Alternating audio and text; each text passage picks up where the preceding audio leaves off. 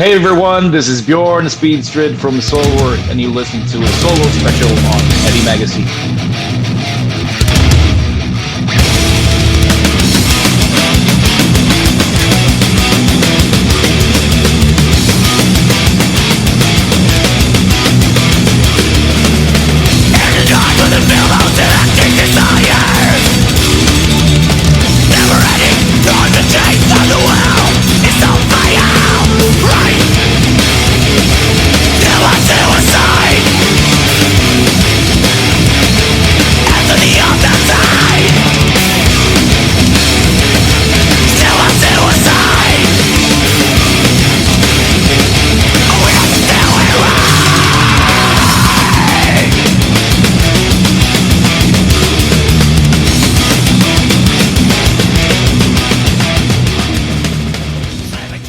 Now, Bjorn, it's a fucking pleasure to speak to you, and I want to tell you why.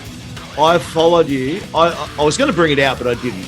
I've still got the promo copy, not for retail sale version of Steel Blast Suicide from 19. No way. Yeah, man. Yeah, wow. I can get it for you if you want, but I'm not going to.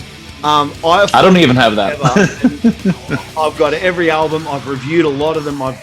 The first time I saw you, having followed you for so long, I didn't get a chance to see you live until 2014 at Brutal Assault.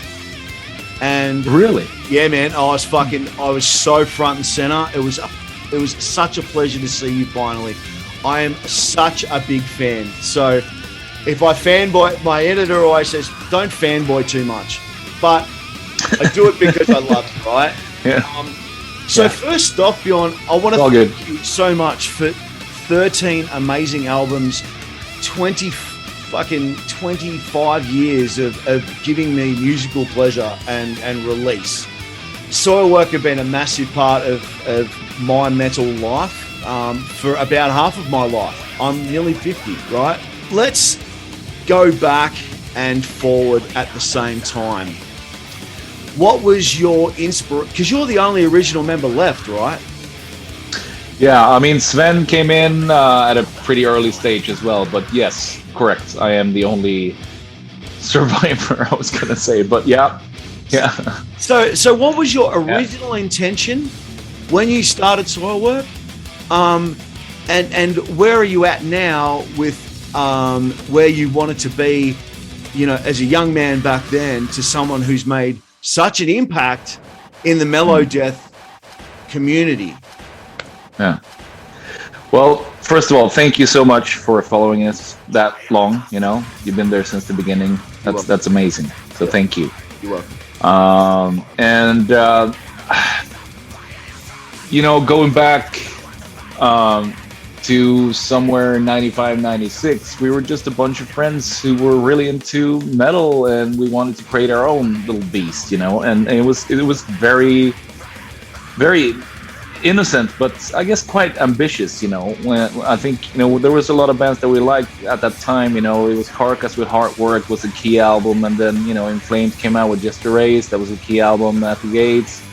Sort of a Soul, and even Strapping Young Lad with City, that was something special. And I think, and also Devin Townsend's solo stuff. I know Peter was very influenced by that, and I was inspired by his singing as well. But I think from the get-go, we wanted to create, as much as we were really into that scene, we wanted to do something on our own, something special, something that was going to stick out, and not just another band in the Gothenburg scene. We're not from Gothenburg, but we were sort of affiliated with that scene, and maybe rightfully so.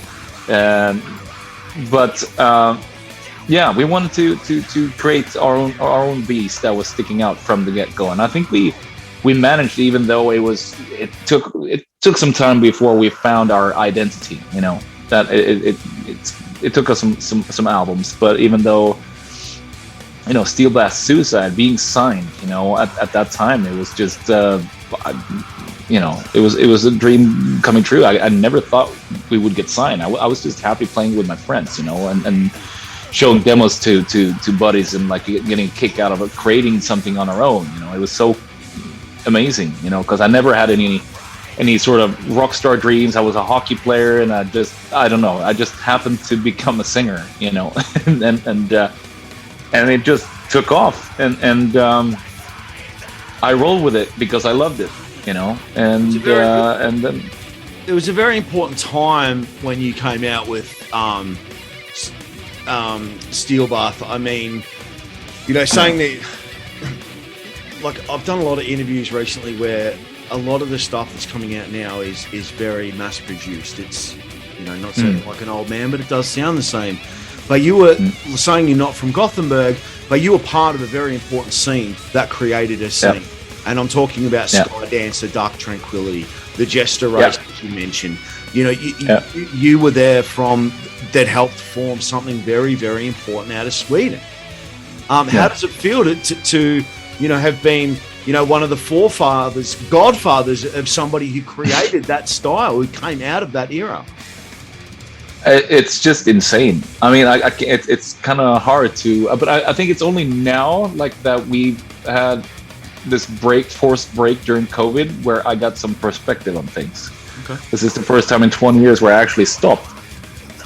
And actually, we did that. Oh, we had that kind of impact. I mean, I also felt it, especially when we started touring in America, and all these American bands, you know, came up to us, and you know, Killswitch Engage opened our first tour in North America, and they were like big fans, like, oh, you know, Jane Our Machine, you know, meant the world to us. And it's like, wow, really? It's like, so I would, you know, that's when you realize it, the first time at least, you know, going to America, how many bands coming out of the sort of, you know, American metalcore scene that we had influenced, you know,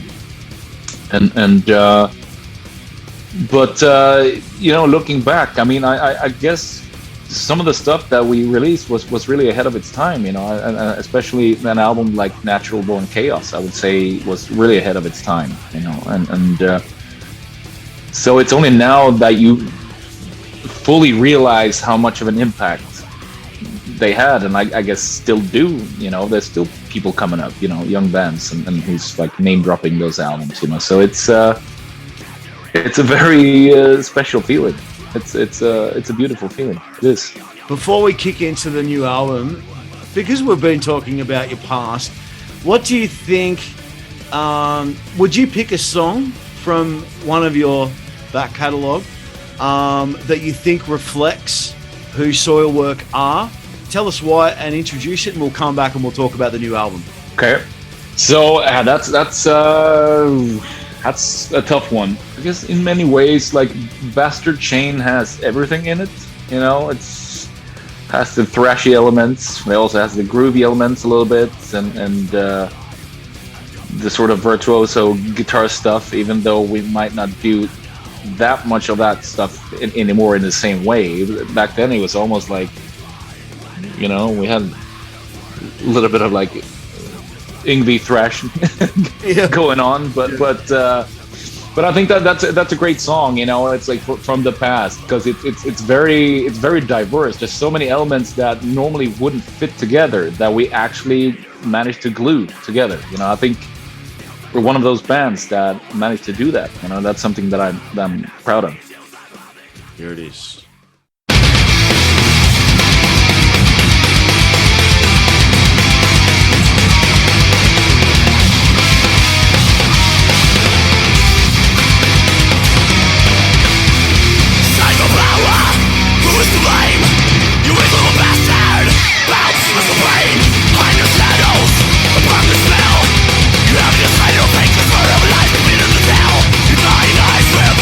Reflection, headed for the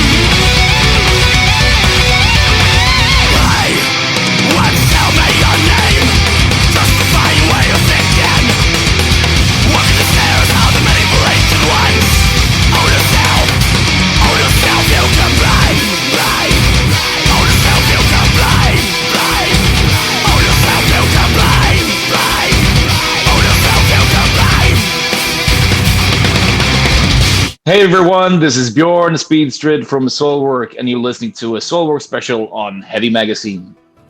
This is Metal V with Heavy Mag. I've the privilege to talking to Bjorn Strid. Mate, congratulations on the new album. Now I'm probably going to fuck up the pronunciation of the album, but let me have a crack. It's Övergivenheten. Oh, that's not bad. That's not bad at all. Thank you. Well done. Thank you. Yeah. So I want to talk first about, obviously I've been through the bio. I want to talk first about the album title meaning being the abandonment. Yeah. And how that is relevant to obviously fucking COVID, but also the translation of that beautiful video that was done by you guys. Like, talk us through kind of, the title, the video representation, and Övergivenheten meaning abandonment. So basically, I mean, I guess we started sort of like a new thing for us, where we named the previous album Övergivenheten, which means reality. And I think we came to a point where we just got, I don't know, bored with, finding titles in English for our albums, and instead of trying to find powerful words in Swedish that you can sort of see from many different angles, Övergivenheten is definitely one of those. Reality. I mean, we all have our own realities, I was going to say, and then there's some kind of like a common reality that we need to sort of, how can I say it? Relate to in the end, But abandonment, Övergivenheten, it's quite a powerful word, and I think most of us can relate to the fear of being abandoned, but also, the fear of abandoning something or someone, it's, you can see it from many different ways. And there's a lot of stuff going on in the world right now,